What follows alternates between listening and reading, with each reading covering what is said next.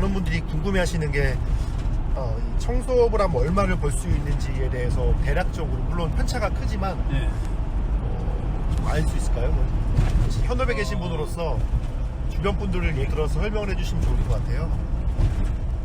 만약에 이제 처음 시작한다 그러면 처음에는 뭐 이렇게 홍보라든지 이런 것들이 많지가 않잖아요. 네. 그래도 한 해 처음 시작을 해서 만약에 한다고 하면 뭐 기본적인 홍보 활동들은 하겠죠. 전단지라든지 네. 아니면 블로그 마케팅을 해가지고 네. 블로그로 해서 고객을 유치하는 거. 네. 이렇게 해도 아마 한 달에 하면 한 300 정도 버리는 그 시즌 때. 네. 그쵸? 시즌 때는 그 정도는 아마 수입이 생길 겁니다.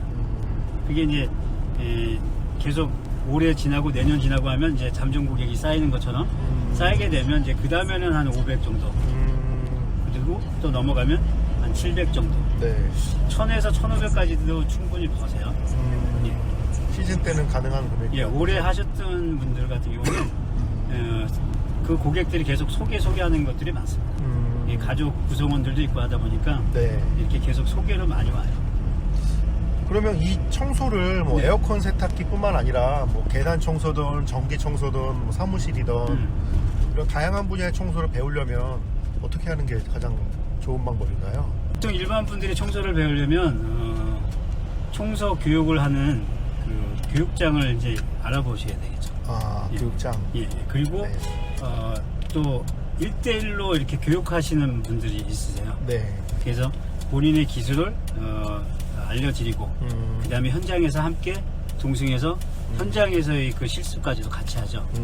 그래서 보통 그렇게 하는 경우들은 이제 1대1로 마케팅을 하고 그렇게 해서 정말 배워서 현장에 나가서 직접 일을 할 수 있게끔 그냥 지인분들 같은 경우에는 같이 나가서 일을 배우는 그렇죠. 그런 이제 개념인 거예요. 저 같은 경우도 이제 저한테 이제 교육을 원하시는 분은 예. 교육비를 받고 이분을 이제 그 교육을 시켜드리고 그리고 현장에서 나가요. 현장에서 나가서 현장에서 고객과 응대하는 것들을 좀 보여드리고 그 다음에 이분이 할 수 있는지를 제가 또 이제 다시 보고 좀 미비한 점들은 이렇게 다시 재수정하고 알려드리고 그 다음에 이제 아무래도 기계를 뜯는 부분이라서 AS가 생기는 경우들이 있어요. 발생하는 경우들이. 네네. 그런 경우들. 그 AS를 어떻게 처리해야 되는지 또 어떻게 제품을 구매해서 다시 수리해 주는지 이런 부분들이 굉장히 중요한 게 나가서 했는데 고장이 나잖아요. 그렇죠. 그러면 난감한 거예요. 이걸 어떻게 처리해야 되나. 그러면 이제 고객 앞에서 이게 진짜 기사인데 그걸 처리해 줘야 되는 기사인데 예. 그걸 하지 못하고 이 어려움을 겪는 경우들이 있어요. 그런 부분까지도 이제 1대1로 할 때는 그런 게 잘 이렇게 교육이 될 수 있죠. 보통 기한은 얼마 정도 걸리나요? 그런 교육이? 사람마다 조금 다른데요. 네.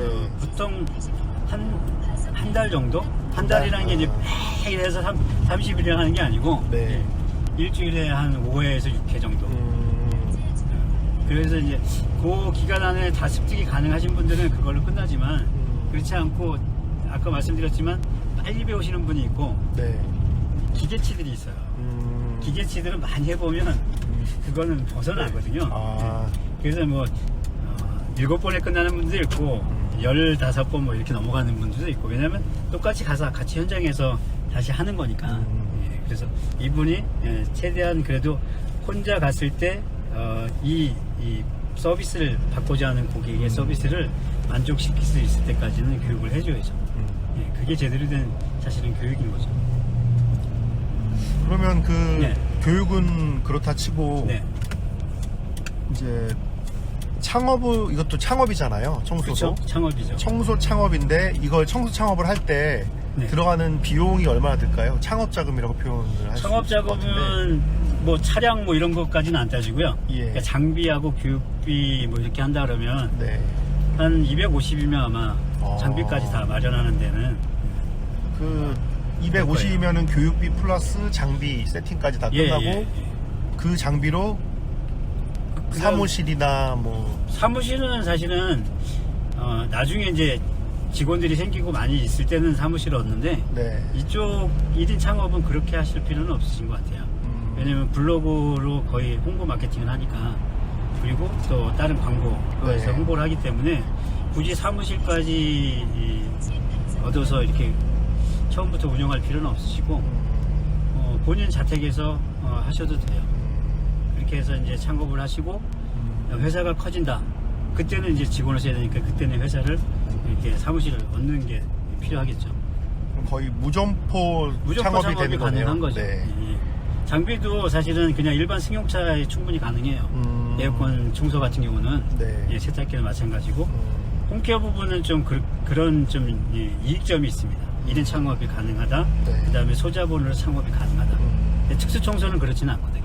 예, 장비들이 많이 필요한 부분이기 네. 때문에 투자도 있어야 되고 또 더 많은 지식도 있어야 되고 현장 경험도 더 많이 필요해요. 그럼 이제 청소 창업하는 분들은 이제 청소의 일거리들을 네, 어떻게 찾는지가 좀 궁금하거든요. 그렇죠. 홍보하고 예, 어떻게 하는지를 간단하게라도 알려줄 수 있으실까요? 간단하게 네. 가장 많이 하는 게 지금은 이제 돈을 내고 하는 홍보가 있고요. 네. 그렇지 않고 블로그 마케팅이라고 해서 자기가 네. 블로그를 운영하면서 예. 그 블로그를 통해서 이제 고객을 이렇게 홍보하는. 네. 왜냐면 고객이 이제 필요한 것들이 있잖아요. 네. 그거를 블로그를 통해서 이렇게 알려주는 거죠. 그래서 자기의 그 작업이라든지 이런 것들을 통해서 제가 이렇게 작업을 하고 있습니다 하고 하게 되면 이것도 꾸준히 홍보 효과를 나타나게 되면 고객이 이걸 통해서 많이 문의가 오세요. 예. 그 다음에는 뭐 이제 다양한 파워블로그라든지 해서 네. 예, 유료로 해서 홍보하는 그런 경우들이 있고 아까 말씀드렸던 것처럼 내가 이 집에 가서 고객을 청소를 했을 때 이 네. 고객이 만족해서 다시 재구매할 수 있게끔 하는 거 이것도 가장 큰 홍보예요. 근데 소개도 이 받고. 두 번째 것들을 다 많이 놓치죠. 왜냐면 한 시즌을 생각을 하고 네. 끝나시는 분들이 많기 때문에 아, 특히 홈케어 가정에서 하시는 분들은 이걸 좀 더 집중적으로 홍보 마케팅으로 이용하시면 좋고요.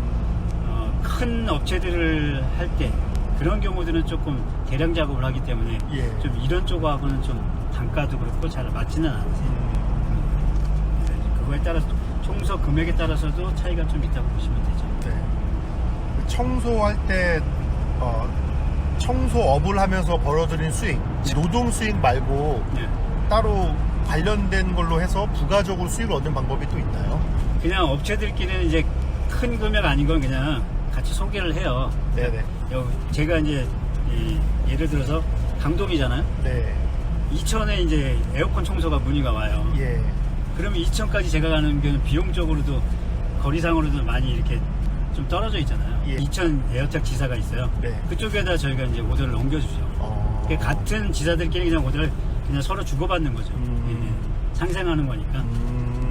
그런 방법으로도 이제 예. 다른 추가 수익 창출이 된다는. 인천 지사도 있고요. 네. 예, 파주 지사도 있고 그래서 네. 지역으로는 저희가 이제 에어탁으로 해서 들어오면 예, 전국으로 다 이렇게 나가죠.